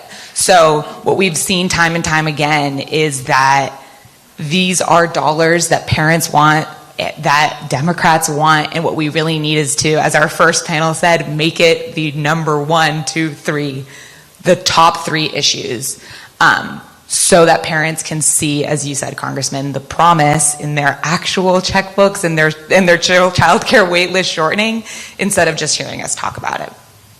Can you share a little bit about the federal resources we should be providing in order to recruit and retain these early child care educators so that they have fair wages and the benefits that they truly deserve? Yeah, absolutely. And I think Melissa was absolutely right. When you think about childcare quality, a lot of that starts with early educators. When you think about childcare supply as well, one of the reasons supply is dwindling is because, I think Fatima said it on the first panel, you can make more at Costco than being a childcare worker. So you're seeing childcare workers, it's the job they loved, but they're pushed to their limit, so they leave, facilities are closing, right? So what do we need to do is actually invest in thriving wages for childcare workers and make this a job. It's hard to imagine because right now our childcare sector is really broken, but we could build a world where this is an incredibly high quality job that we all as a society value and honor.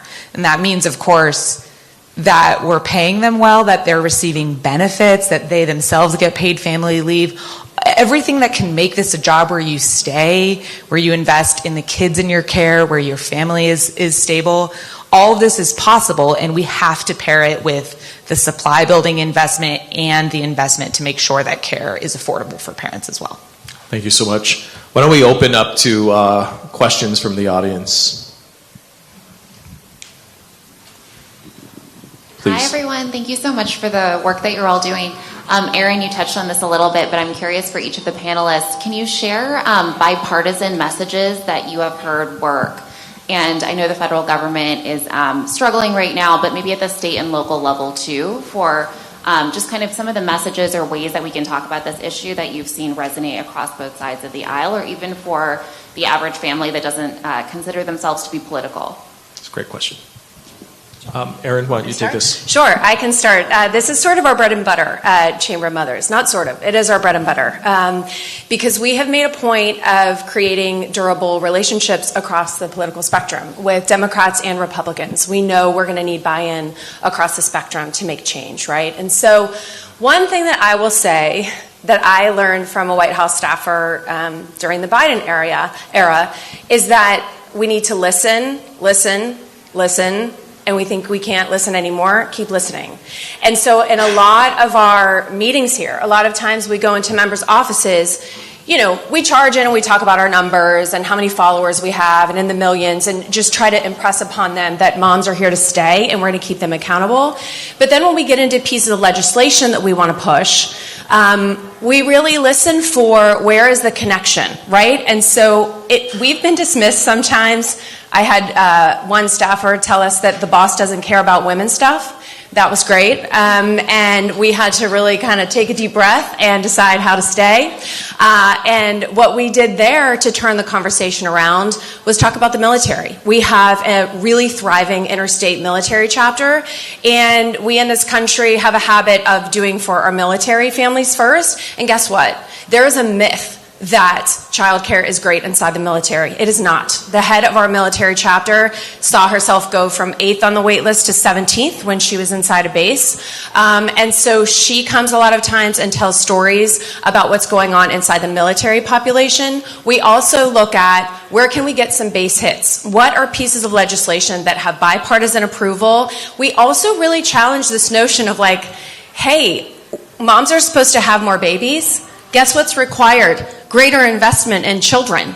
Guess what's required? Some way for us to have a minute to be that, serve and return with our children in the form of paid leave so that these children thrive. And so it's a mix of really listening and finding that human connection and not writing people off, seeing where their agenda sits and knowing that we have constituents that can share stories and put pressure, and then also just making sure that we hold folks accountable. Again, if we're expected to be shouldering the burden and shouldering the cost of childcare and having children and really forcing the economy forward, we're not going to do that anymore as moms while suffering and becoming unhealthy. Thank you so much, Erin. Let's try to squeeze in 2 more questions.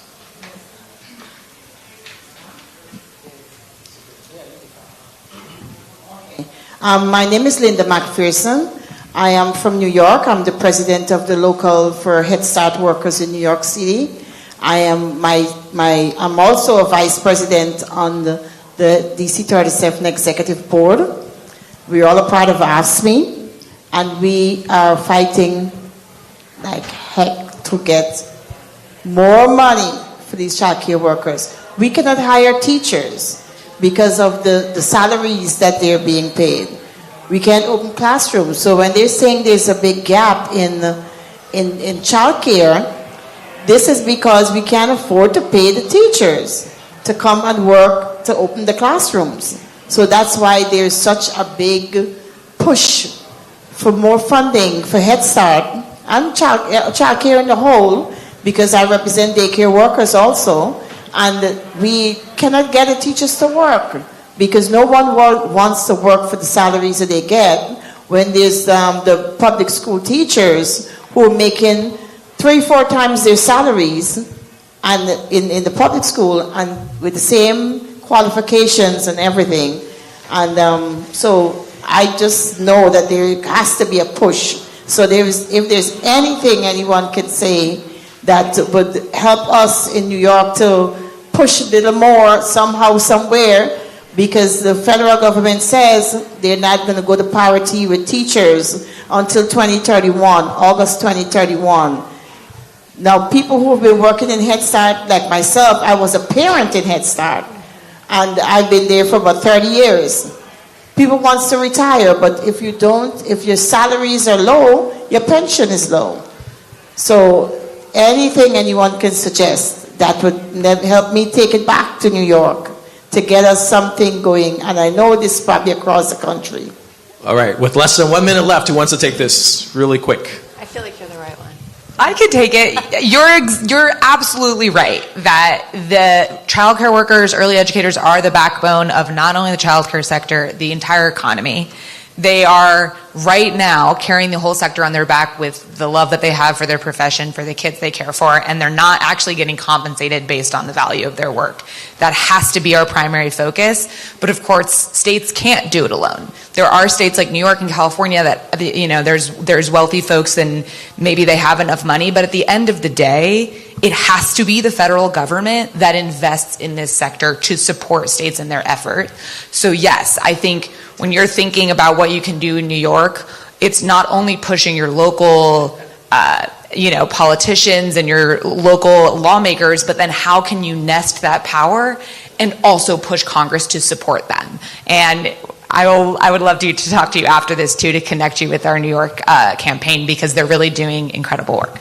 Yes, I'm so sorry, Bruce, to cut you off, but I've been kicked off the stage. Why don't we do this? Annalie, Bruce, Erin, Melissa, thank you so much. Round of applause for them. They'll step outside. If you have any questions, please feel free to follow them out as they reset the stage. Thank you so much, everyone, for allowing me to be here. Let's give our panelists another round of applause, please.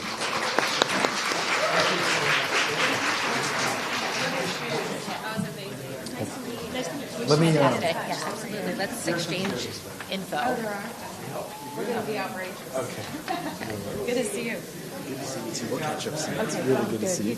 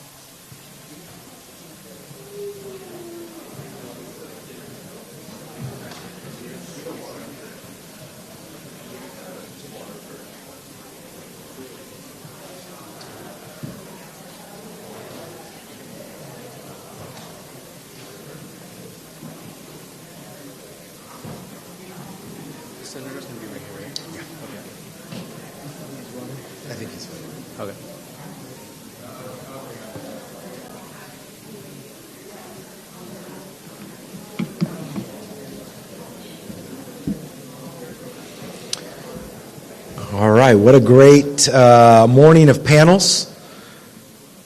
And I have the great honor, again, to introduce, to welcome back Congressman Jimmy Gomez, who will introduce Senator Andy Kim of New Jersey. So please help me to welcome back Congressman Jimmy Gomez.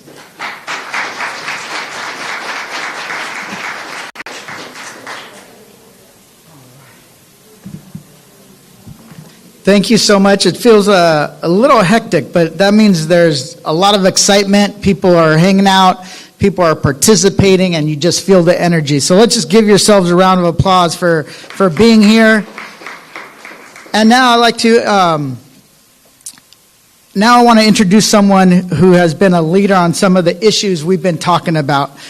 Someone who was a founding member of the Dad's Caucus when he was in the House of Representatives. Since then, he's been elected to the U.S. Senate, and he's been very, very open about his own personal experience of caregiving.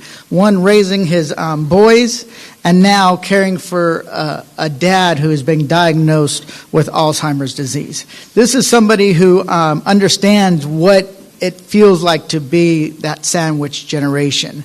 The fact that you have that you're struggling to take care of your father, but also take care of your children, and the sometimes the guilt that comes along with it. Like, should I be spending so much time with my children or my dad who needs me more than ever? So it is always that tension, coupled with the fact that it just costs a lot of money when it comes to these issues. So this is a story for millions of Americans. They can relate to it, and that's why we've asked him to be our keynote speaker today.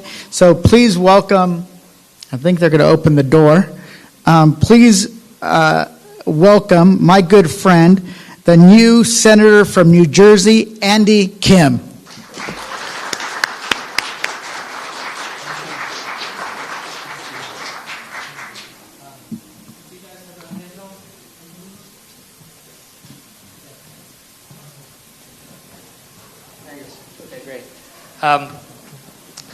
Thank you so much. Thank you so much, Jimmy, for your incredible leadership on this front. I just really appreciate it, and being able to work alongside you and so many others in the Dad's Caucus and writ large, it's just really meaningful. And thank you, everybody, for coming on out here. If you don't know who I am, I'm Senator Andy Kim from New Jersey. I'm one of the newbies on the Senate side, just helped double the number of millennials on the Democrat side. But I share that with you because I think it's so important for us to be able to talk about this, talk about how personal this is to all of us. I'm somebody that came into Congress with a 1-year-old and a 3-year-old. And, during the pandemic, struggling on our own end to be able to figure out how to deal with childcare for our kids, trying to understand and be able to channel that into the challenges that we face. As I was on the select committee on the coronavirus crisis at the time, understanding the problems that parents all over the country were facing. And I can just earnestly say and look you in the eye that this is why I'm here in Congress, is because I'm a father of 2 boys, now a 3rd grader and a 5th grader. And I'll be honest with you, I'm worried about what kind of America my kids and your kids and grandkids are growing up in, given the challenges that we see and the difficulties when it comes to the support that they are getting at an increasingly chaotic and dangerous and difficult time. But in addition to that, I now find myself not just as the father of an 8-year-old and a 10-year-old, but as a son of a nearly 80-year-old father of mine who was just recently diagnosed with Alzheimer's. And this is something that I spoke publicly about on the floor of the Senate, as my family's really struggling with this. We're feeling this in such a deep and profound way right now. And as I said on the Senate floor once, to just figure out and look at my father. So, by the way, my father was someone who was a medical researcher, dedicated his life to trying to cure cancer and Alzheimer's, and now no longer remembers his life work. Now no longer remembers that is what he did for a living, as Alzheimer's has now erased that from his own memory. And I'm his now primary caregiver. I would not be here right now speaking to you. I would not be able to be here today voting across the street at the U.S. Capitol if I didn't have a caregiver with him right now that's able to do the work that we need to make sure that he can live the life of dignity and decency that he deserves. And you see how important that is for the care for our loved ones, whether they are our children, our elderly parents growing up. But it's also about our workforce, also about allowing me and others to be able to do the work that we want to do and contribute to this country across the board. And I'll just tell you, for my father to get the kind of care that he deserves, we need to ensure that the caregiver that is supporting him gets the kind of dignity and decency in their own lives. And that is so important now more than ever. Which is why I have dedicated my time here in the U.S. Senate to focus on this. I'm one of the very few in the U.S. Senate that is actively part of that sandwich generation right now. 1 out of every 4 Americans, 25% of this country in that sandwich generation. And many have experienced it themselves and understand how difficult that is. So whether that's about those that are trying to provide care at home and be able to provide that, we need to make sure that they are getting the support that they need. And for caregivers providing that care at home, we see right now a wait list of about 700,000 across this country when it comes to a wait list for those seeking care at home through Medicaid. That's a 3-year wait. We see how we could benefit from being able to support the workforce, grow it. But you can't just do it off of good intentions. You need to make sure that you're paying the wages, providing the support to be able to do that. I'm proud to work alongside Patty Murray and Alexandria Ocasio-Cortez, leading the charge when it comes with the Fair Wages for Home Care Workers Act and so many other things that I know are meaningful in this way to be able to stand up together and address these needs. So I just wanted to have a chance to be able to talk with all of you. Many of you understand this profoundly and have been working hand in hand to be able to do that. And I hope what you take away from your time on the Hill today is that we have champions both inside and outside of government working together for common cause. I am grateful that I have been able to get into the U.S. Senate at a young age, sworn in at the age of 42. I want to see this through. I want us to be able to come up with the ideas needed to fix it, and I promise you I want to stick around long enough that I can see it enacted. Because I'm just tired of this constantly coming up and then just falling down the priority list. It's always just, something that is given a lot of lip service, but when push comes to shove, where the legislation is being pushed and what is rising up the list, we need to make sure that this is at the top of the list, especially when Democrats get the gavels back, when we are thinking through what it is that we can push through, not just in terms of what we're against, but what we're for. We got to make sure that the care in this country is at the top of the list because it is something that I hear from so many people across the board in terms of how this affects them. If you're trying to address affordability in America, and we hear everybody talking about that, you cannot address affordability in a meaningful way without addressing care. If you're talking about what it is for financial security going forward, well, my family experiences this right now, that I have to think about not just what kind of care should my father deserve, but I have to think about what kind of care can my family afford. And that is just not the kind of trade-offs that we should be seeing in the richest, most powerful country in the world.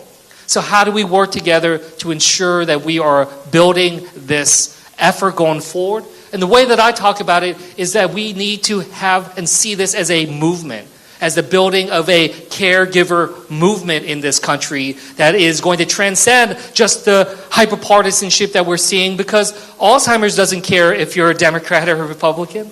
Child care needs, that doesn't affect only Democrats or Republicans. This is something that gets to the core of our humanity, and something that I think has the best chance of being able to break through the deadlocks that we see right now. I've been engaged in bipartisan conversations and discussions in the Senate with others that are talking about what we can do to mobilize on care. I still believe, hopefully, we can find agreement, be able to move forward. But regardless, what we need to do is make sure that we are mobilizing all over this nation, showing that this is the future, this is what we need to be able to get done for us to be able to build the kind of life that we want for our kids, for the lives that we want for our parents, the lives that we want for our families, our communities, and this country. So I'm just grateful for all of you doing the work you're doing, and I stand alongside you as a fighter in the Senate to make sure that we get this done. So thanks so much, everybody.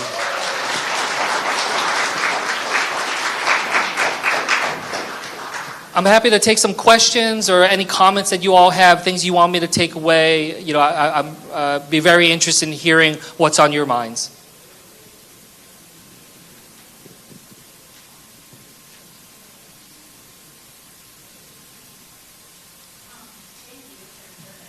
I'm not sure if we can really hear you.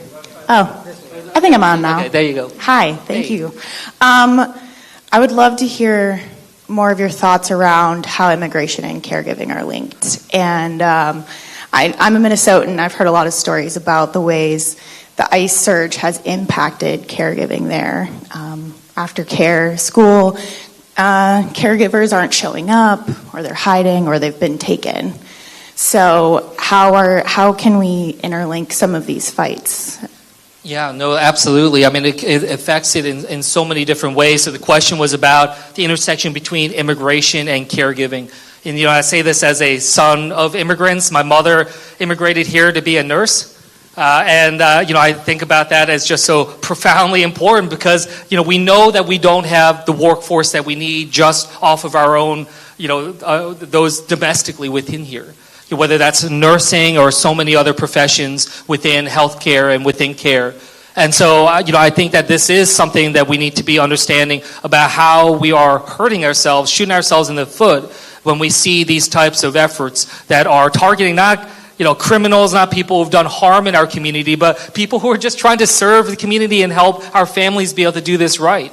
So, you know, I feel strongly about this in terms of being able to make sure that everybody has the opportunity to have care. But if we are serious about that, we have to understand where immigration comes into this and understand how we can do this in a way that's going to ensure their protection, because not only is it hugely detrimental to them, but, you know, for all the different families that are now scrambling, whether in Minnesota or elsewhere, you know, we see the domino effect that is so often done. So you're right, it's not just about the wages, not just about the benefits, but it's about that sense of stability and security.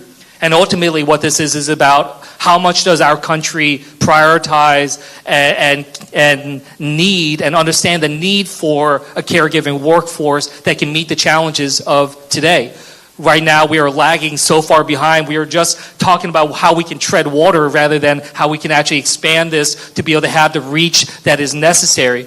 Part of the problem, and this is what I get so frustrated about, is, you know, I work in what's arguably the most reactionary building in America. And, you know, where is the strategy? You know, where is the sense of how many caregivers do we actually need in this country, and how do we work dutifully to be able to get there? You know, but because there's no strategy and goal that we're trying to achieve, you know, this is something that just gets picked apart by all these other priorities for different administrations that come together, which is why we need to make sure that we're working together to be able to set a vision for where do we want the workforce, where do we need the workforce to be, and then be able to identify how to be able to move there in that direction. So thanks for raising that, especially after so much of what Minnesota has gone through over the last few months and beyond.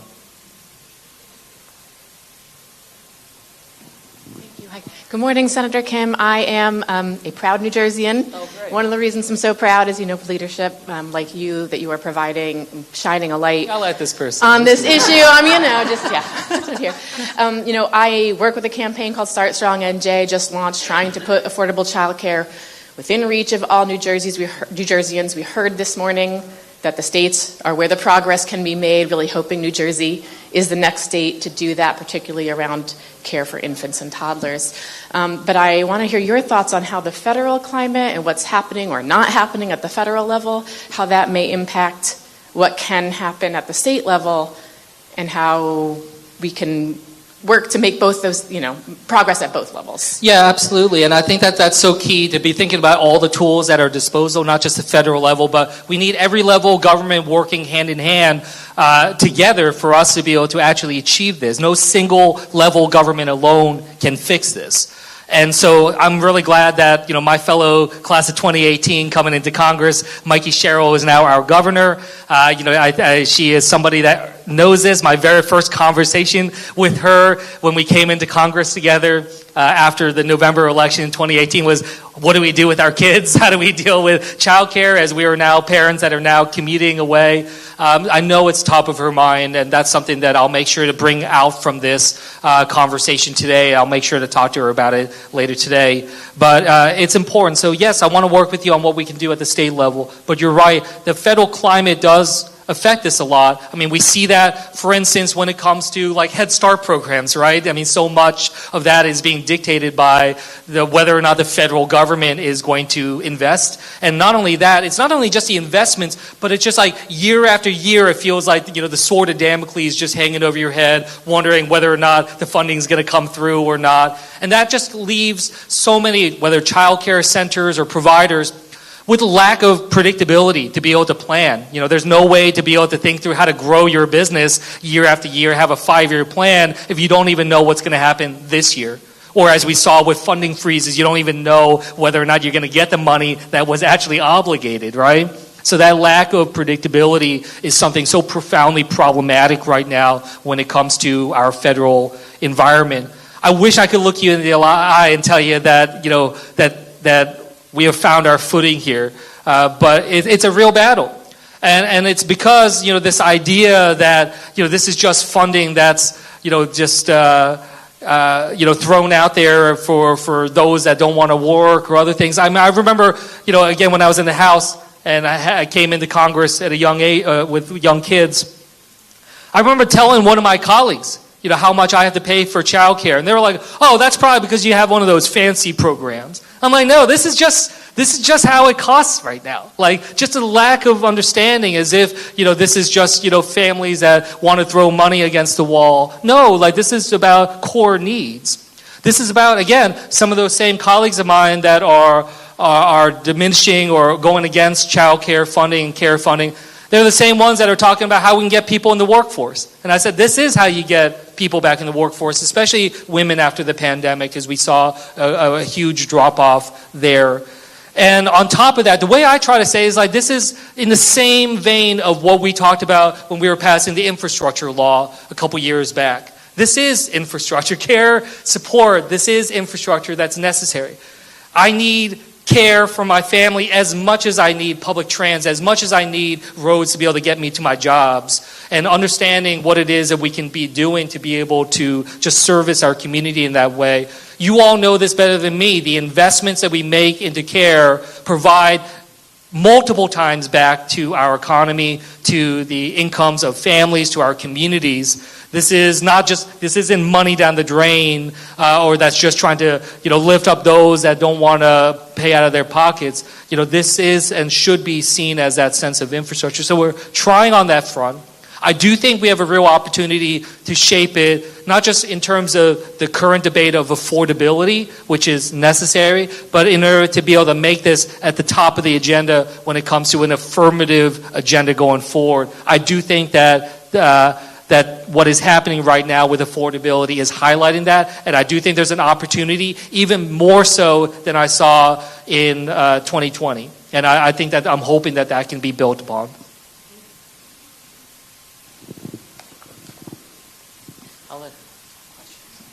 Thank you. Hello, and thank you so much for sharing your story, because that helps us to understand and everyone else to understand the importance of having good caregiving. My name is Keisha Coltrane. I've been a licensed daycare provider in the North Babylon area in Suffolk County, Long Island for over 25 years.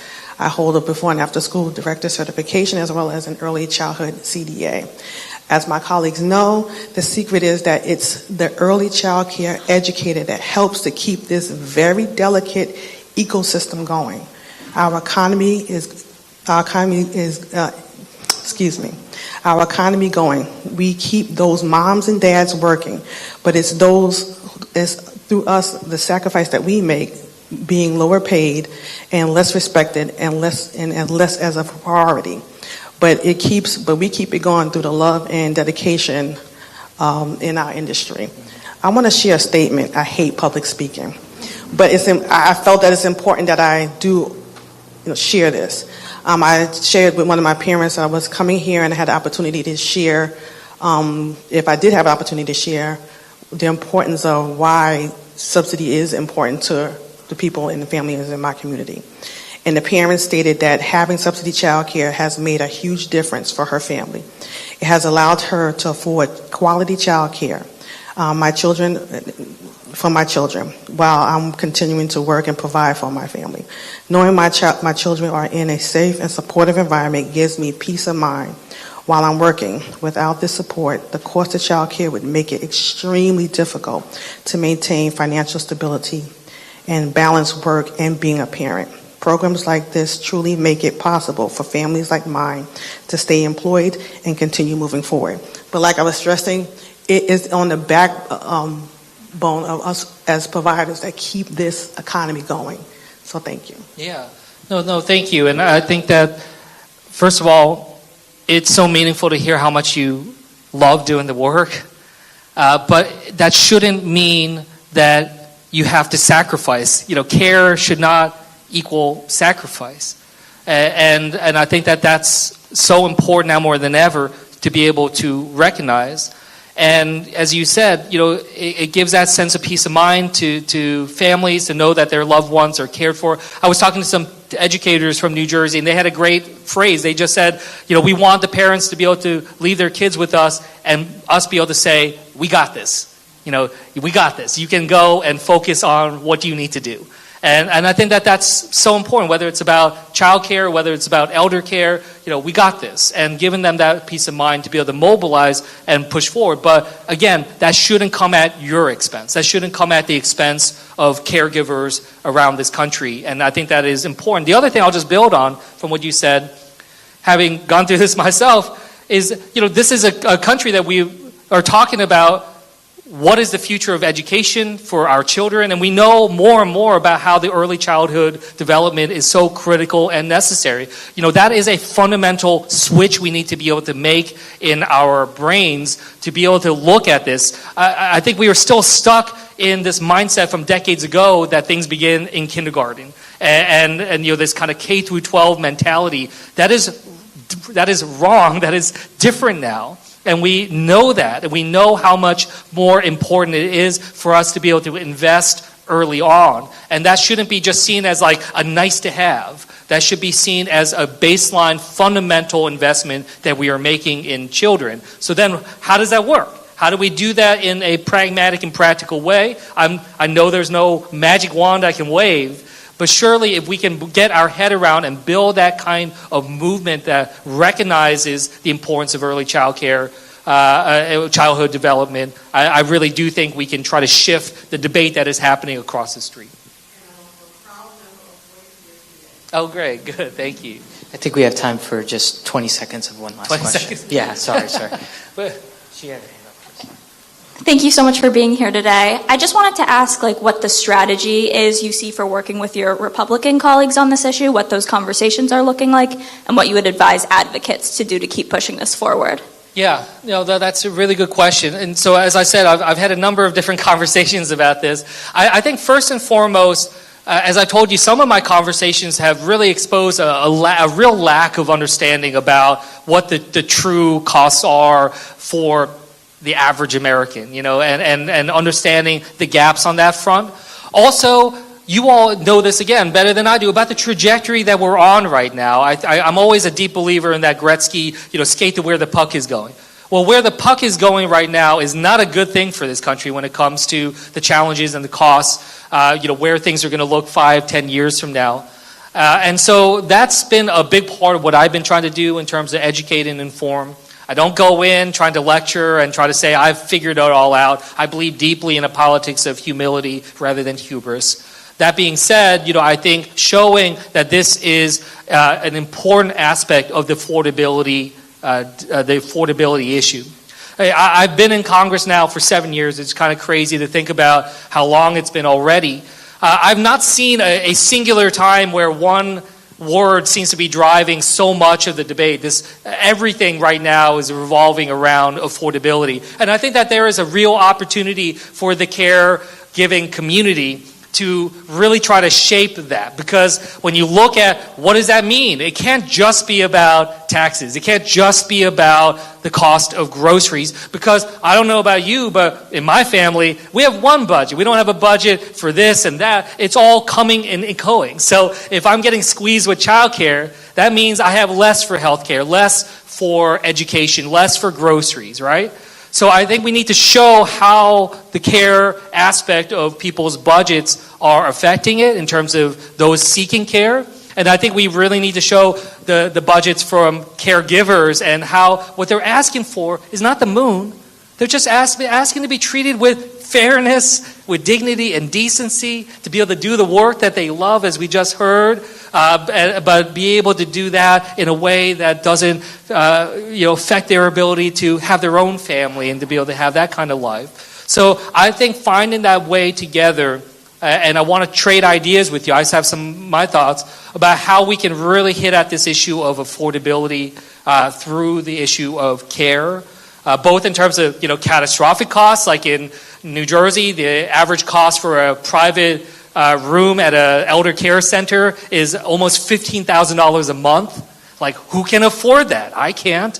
And we see how much this is affecting people. So, the catastrophic cost side, but just also, the ability for people to be able to just pay the bills, get through their livelihoods. So much of that is driven by care, and the more we can tell that story and drive the affordability message, I think we will have a tremendous opportunity, a real significant opportunity to be able to shape legislation, including some bipartisan legislation. I'm not going to say it's going to be easy, but the issues of care have been the ones that have stood out to me the most in my conversations. And not to plug it, but if you haven't had a chance, I did my maiden speech in the Senate about care for my father and my kids. And I can't tell you how many of my Republican colleagues came up to me afterwards and said, what can we do to help?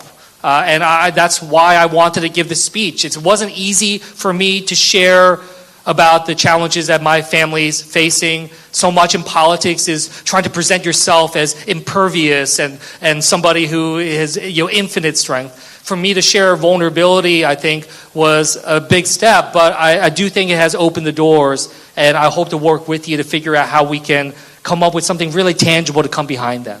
So I think I'm getting the hook here, but I just want to say thank you, everybody, again, for coming on out here. I hope this is a meaningful gathering, but I know I can speak for both myself and Jimmy and others. This is not a check the box exercise. This is really meant to be a gathering that comes out with real energy and momentum, and to accelerate out from this, and to be able to have the plans needed for us to be able to earnestly be able to fix this. And again, I do this job that takes me away from my kids, takes me away from my father, the people that I care about most. The only reason why I can justify this in being away from those that I love the most is the idea that this is going to make a better life for them as well as others. So, this is my life's work. I know it is for you as well. Let's get it done. Thanks, everybody.